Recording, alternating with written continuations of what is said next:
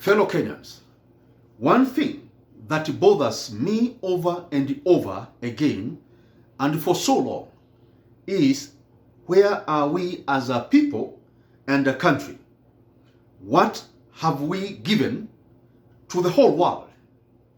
We know many countries have given us vehicles in their technology, computers, aeroplanes, all this. On our side as Kenyans, what have we given to the whole world? What's our contribution to the world community? Where should Kenya ideally be at this point in history? Why has poverty and corruption remained so pervasive issue and constant factors in our country for this long? And this is very critical, fellow Kenyans. Where is our country in terms of development? Where should Kenya ideally be at this point in time if things went on course? Kenya's economy was bigger and was growing much faster than Southern Korean economy in the 1970s. South Korea went ahead, kept the pace, and now it became a first world country from 1980s. Today, it is the 12th biggest economy in the world. Kenya was ahead of South Korea in 1970s. We took a wrong turn at some point. We made a U-turn. We have kept on the wrong side of the road. Up to this point, we have not even seen the turning we need to turn to so that we can get to the other side of the right side of the road. Kenya today, if it had kept on the path being ahead of South Korea, it means today Kenya will be either the 8th, 9th or 10th biggest economy in the world. Unfortunately, sisi ni namba mkia. We are behind there, very behind. We are still a third world country when South Korea is a first world country. That is where we should ideally be today. We will not be having people living in mud wall houses and grass-thatched houses, smearing the floor with cow dung. Tuna malamala na masamadi nyumba zetu in the 21st century. What? We will be very far away. Every house in Kenya will be a cemented house, a brick house with tiles. That is where Kenya will be today. Instead, we are having slums increasing by the day, instead of flats and high-rise and bungalows and maisonettes. The government I'm coming to bring will take you to the highest levels of growth. Over the past centuries now, and even to this day, men and women from the rest of the world have made many strides and many discoveries against many odds. In 1492, Christopher Columbus, an Italian, but at the service of the Spanish government, set off from Spain to unknown lands. He passed through oceans that were infested with unsurmountable dangers of sharks, winds, and waves. His was a rudimentary boat, manually driven and not a cruise ship or high-speed boats. Any small mishap in the middle of the Atlantic Ocean meant an inevitable death. But he took the path of the brave.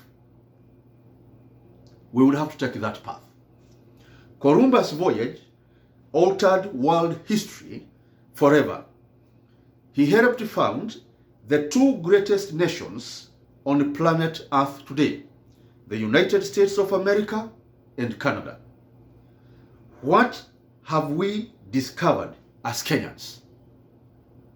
Industrial revolution began in 1760 in Europe. Europe North America, and Asia have discovered every technology we use today. Where are Kenyans in this race? Where are our discoveries? Where are Kenyans' inventions? 260 years since the Industrial Revolution began, we have no invention that has landed in the international arena, which is being used by Japanese or Koreans or Americans or Canadians or Ugandans or Egyptians or Saudis or in Europe or Middle East or Asia. We are 50 million of us, yet we have so far not invented anything. Why? Man has gone to the moon and come back. Objects are today roaming in mass in the universe and in other terrestrial bodies. We still have not gone beyond the Earth's surface. Many of our people are still in villages fighting over land and cattle rustling. Medical instruments that see deep in our bodies and undersea are all over the place. What have we invented, fellow Kenyans? This disturbs me. And I know we have very many Kenyans that have tried their best. Lakini mnakumbuka ile kitu nimesema. Kuna kitu wamewekewa juu, imelalia. I'm coming to remove that. And those inventors that have tried to do so much, you are going to invent them. We are going to have tractors, Kenya-made tractors. Within a period of 2 years, we are going to produce our own tractors in Kenya. They may be rudimentary, but they can do something. They are better than using oxen or people going with horse to plow. We are going to do that. In 2 years, we shall have produced a dozen of several vehicles. And by 2024, we shall begin mass production. I know we can do so much. We have been denied that opportunity. Professor Joseph Mburu, as your president, is going to enable you. Fellow Kenyans, I ask you, I need to take this message to every Kenyan. I need to be in every ward 10 times telling Kenyans about my vision, about my plan. Donate to my presidential M-Pesa line 0748265314. Help me move out. Campaign are costly. We shall need over 2 billion. I can't raise 2 billion alone. I need your support. We don't want to be corrupt. We want to be very faithful people to God and to all Kenyans.